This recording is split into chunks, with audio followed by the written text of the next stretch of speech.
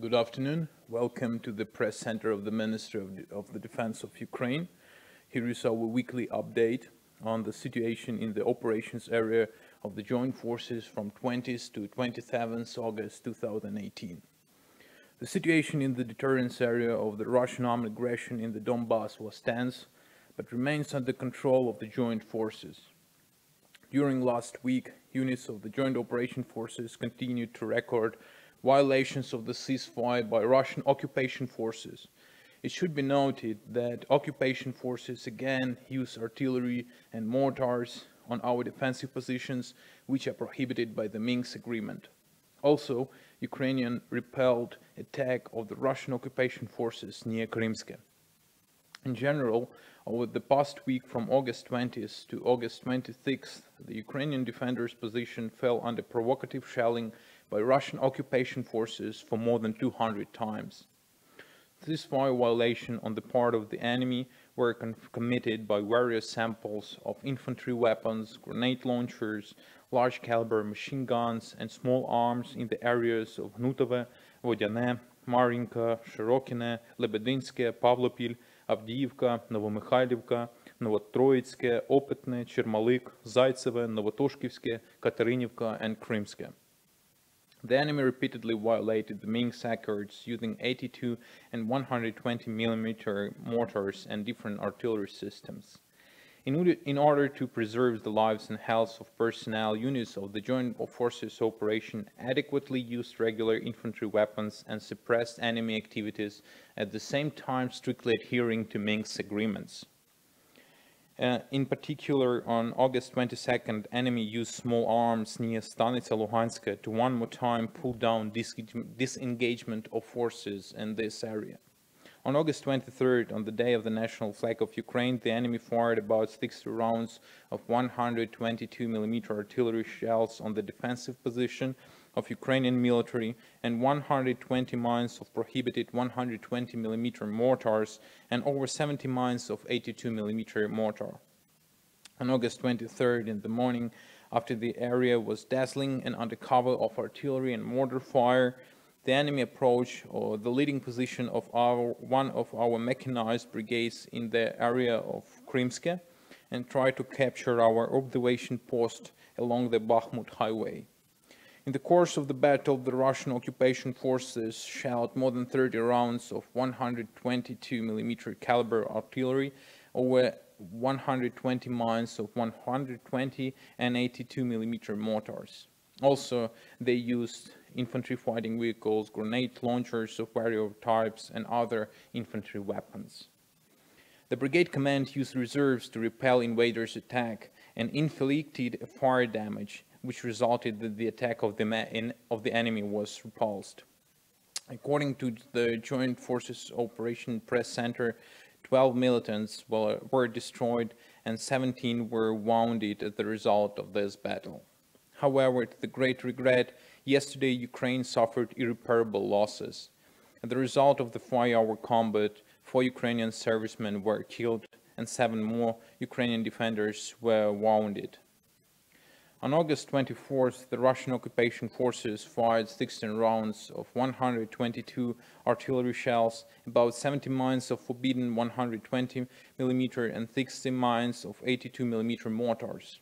Besides Krymsk, the enemy concentrated its shameful activity near Pivdenne on Horlivka direction.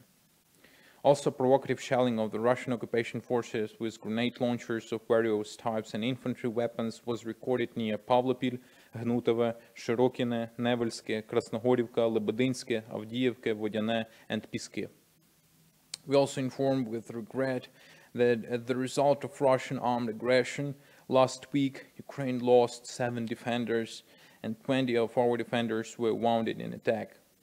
Our deepest sympathies and respect go out to the family, comrades, and loved ones of the fallen servicemen and servicemen.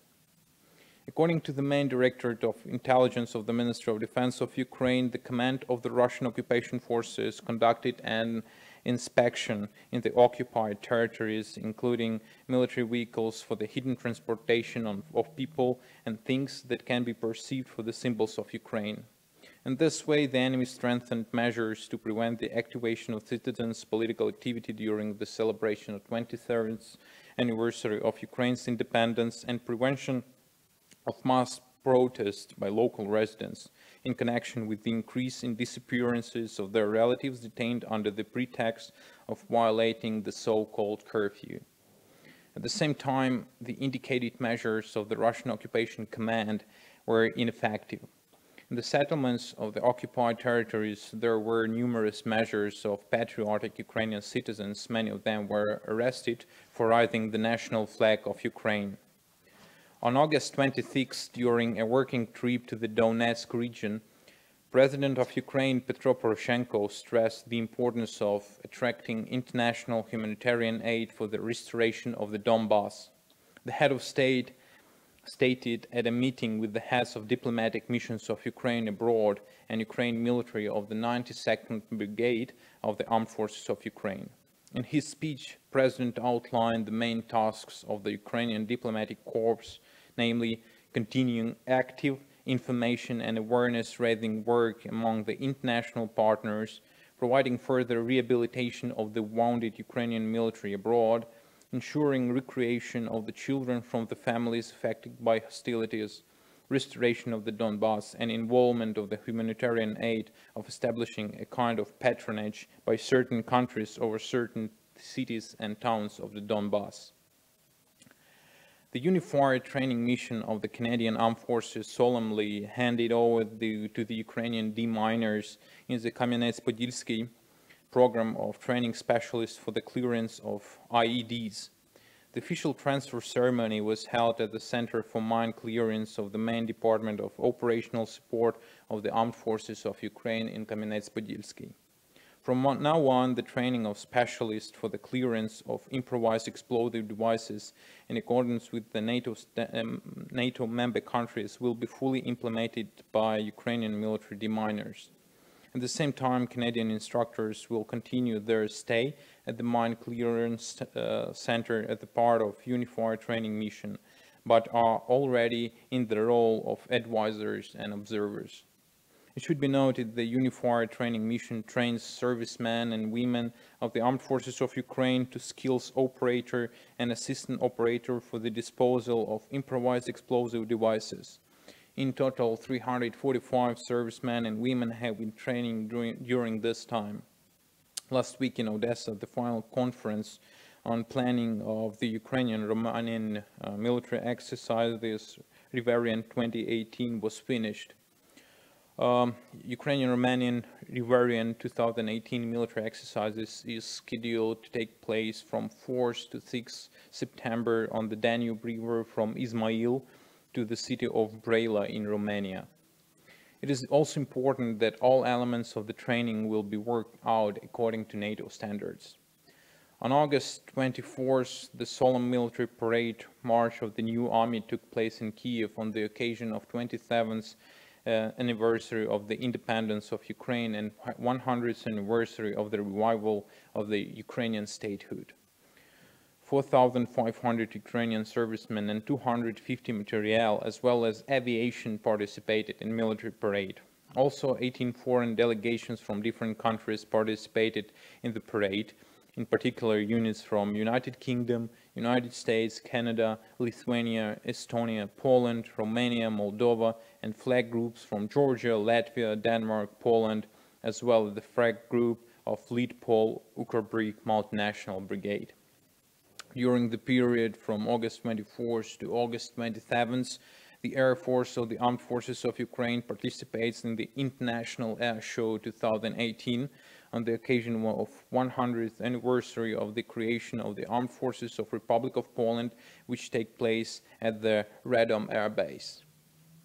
Within the framework of the Deep NATO program, supported by the Ministries of Defense of Portugal and Romania, 4 cadets of the Naval Institute of the National University Odessa Maritime Academy began their practice at the Naval Forces Naval Training School of Portugal, Sagres, and Romania, Mirsea.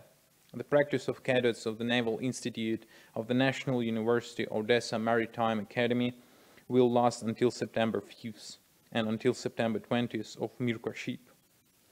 During the training period, cadets will improve their knowledge of the theory and practice of navigation, mooring, and English maritime terminology. That is all information for now. Thank you for your attention.